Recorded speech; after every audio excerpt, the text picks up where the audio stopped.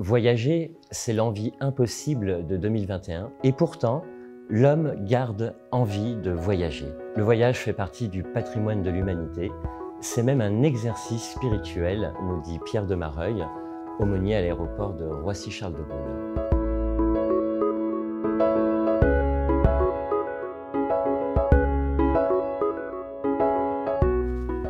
Je pense que la foi, peut-être toutes les foi d'ailleurs, et toutes les religions, mais en tout cas la foi chrétienne, et je dirais la foi chrétienne héritée, qui a hérité en cela de la foi hébraïque, est une théologie, est une spiritualité du voyage. La Bible est traversée de voyages. Et c'est d'ailleurs un pléonasme de dire ça, en particulier à partir d'Abraham. Abraham passe sa vie en voyage, et son voyage, son va, hein, va vers toi-même d'ailleurs, hein,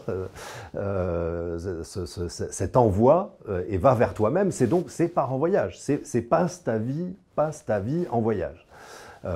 Donc on a ça avec Abraham, on a ça avec tout le cycle des patriarches, jusqu'à Joseph, et puis avec des allers-retours, et puis avec tout le temps du mouvement, on n'est jamais figé à un endroit.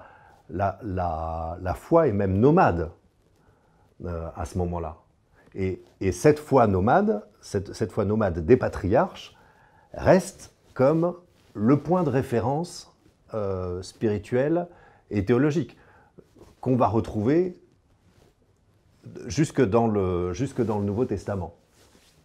Dans le voyage et dans cette foi des patriarches, il y a l'événement de la sortie d'Égypte et de la traversée du désert et des 40 ans, un voyage de 40 ans, c'est extraordinaire d'avoir comme base de foi un voyage de 40 ans. Donc Pâques, et qui va être la référence centrale, bien sûr, aussi pour le christianisme, avec la traversée de la mort, et la résurrection du Christ, qui est là un voyage qui est de l'ordre du symbolique, en quelque sorte. On ne voit pas dans l'événement de la résurrection tout le cheminement des 40 ans du désert, etc., mais quand même le choix est justement de faire cette référence-là. Et en remontant, à partir de là, quand on regarde Jésus dans les évangiles, enfin je ne vais pas répéter ce que d'autres ont déjà dit, mais Jésus passe son temps en chemin. Moi, je trouve très beau, en particulier dans l'évangile de Luc, où Jésus est sans cesse en chemin. Tout se passe, son enseignement se passe en chemin, les guérisons se passent comme ça, alors qu'on croise un aveugle sur la route, alors que quelqu'un se précipite sur lui, alors que, bon, il s'arrête dans une maison, mais il ne reste pas, il ne s'installe pas quelque part, il est toujours en mouvement. Et puis cette théologie du voyage continue, cette spiritualité même, je dirais plutôt, enfin oui, spiritualité et théologie, les deux, du voyage continue ensuite avec les premiers chrétiens, qu'on appelle les gens de la voie, les gens du chemin, on pourrait traduire littéralement dans le livre des Actes d'ailleurs, on pourrait traduire les gens du voyage. Hein, c'est comme ça qu'on pourrait le traduire littéralement avec tous les doubles sens qu'on peut entendre, à cette expression. Ça, c'est quelque chose que je trouve très intéressant. Et puis qu'on va retrouver ensuite dans les épîtres, par exemple, avec cette idée du chrétien qui est exilé sur la terre. Donc, et l'exilé, qu'est-ce que c'est sinon un voyageur? Le voyage sera marqué dans sa chair, dans son identité la plus profonde.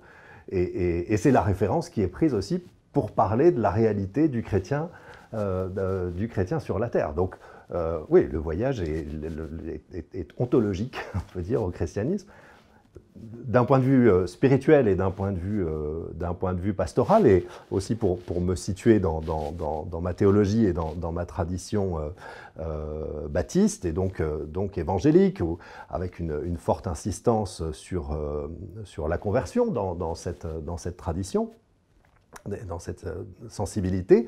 Une chose qui, moi, m'a toujours paru très important, c'est d'insister sur le fait qu'à la conversion commence le voyage.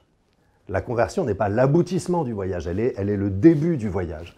Et j'ai toujours trouvé, j'ai prêché souvent là-dessus, dans les églises que j'ai servies, je l'ai peut-être un peu rabâché, mais de me lamenter sur les chrétiens qui sont arrivés à leur conversion, qui peuvent raconter un récit de conversion extraordinaire, et qui est très sincère, hein, je ne critique pas du tout ça, mais qui sont arrivés à la conversion et qui se sont assis sur un banc et sont restés là, et ont passé leur vie chrétienne assis sur un banc, à se rappeler l'événement qui était juste avant qu'ils s'assoient, et sans continuer le chemin. Là, pour moi, c'est un gaspillage phénoménal.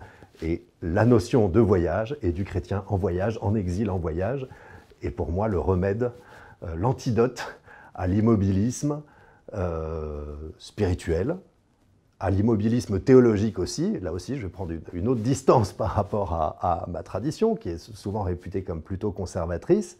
Quand on a dit ça pour le christianisme, moi, une chose qui me frappe beaucoup, bon, dans ce que je viens de dire, je sais combien je suis héritier dans ma lecture du judaïsme. Je trouve très intéressant que dans les éléments fondateurs de l'islam, par exemple, il y ait aussi un voyage, alors là qui nous rapproche même plus de l'aviation en quelque sorte, qui est le voyage du prophète jusqu'à Jérusalem, hein, et puis qui monte jusqu'au, je sais plus, au combienième ciel, qui est translaté, qui est transporté vraiment d'un lieu à un autre. Et je ne suis pas du tout un spécialiste de l'islam et j'ai aucune prétention dans ce domaine-là. Mais pour ce que j'en comprends des conversations avec des collègues ou avec des fidèles musulmans, quand ils racontent leur foi et quand ils racontent leur prophète, on le voit aussi toujours en mouvement. On a là au moins ces trois religions, je n'irai pas chercher encore plus loin du côté du bouddhisme ou de l'hindouisme, que je connais très très mal, mais pareil, le Bouddha, il est tout son chemin, il me semble, qui se fait aussi en voyage. Donc, moi, j'ai l'impression que l'homme est en voyage par définition. L'homme est un animal qui est fait pour avancer, qui est fait pour marcher, pour marcher sur ses deux jambes, quoi. Pour être en mouvement, pour être en voyage. Un autre aspect qui me semble important et qui est, tout ça c'est très humain, mais c'est très connecté aussi à la spiritualité, c'est la rencontre. Et là aussi, je crois que tous les récits, mais je peux parler en tout cas des récits bibliques, tous ces récits de rencontres sont des récits qui se font en voyage. Hein, à chaque fois qu'il y a une rencontre, il faut au moins qu'il y ait l'un des deux interlocuteurs qui est en voyage. Peut-être que l'un est chez lui, comme Abraham qui accueille les trois messagers. Il est chez lui sous sa tente, donc c'est un chez lui qui est quand même assez temporaire, pas tout à fait SDF, mais enfin il est quand même pas non plus, figé à Mamré. Mamré est un lieu de passage, mais enfin c'est là où il demeure à ce moment-là. Et puis il accueille ces trois voyageurs. Et là vient la rencontre fondamentale, quoi, et qui est une rencontre humaine et qui est une rencontre de foi très profonde. Et ça, je pense que ça fait partie aussi de l'histoire de l'humanité. Je crois que de tout temps, on s'est déplacé depuis la plus haute préhistoire. Et c'est comme ça que l'humanité telle que nous la connaissons aujourd'hui s'est constituée. C'est en voyage, en déplacement, en migration. Donc les voyages, le fait de voyager et aujourd'hui d'aller à la rencontre d'autres peuples, d'autres cultures, me semble tout aussi fondamental que quand Homo sapiens a conquis la Terre entière, en quelque sorte, chacun à sa mesure.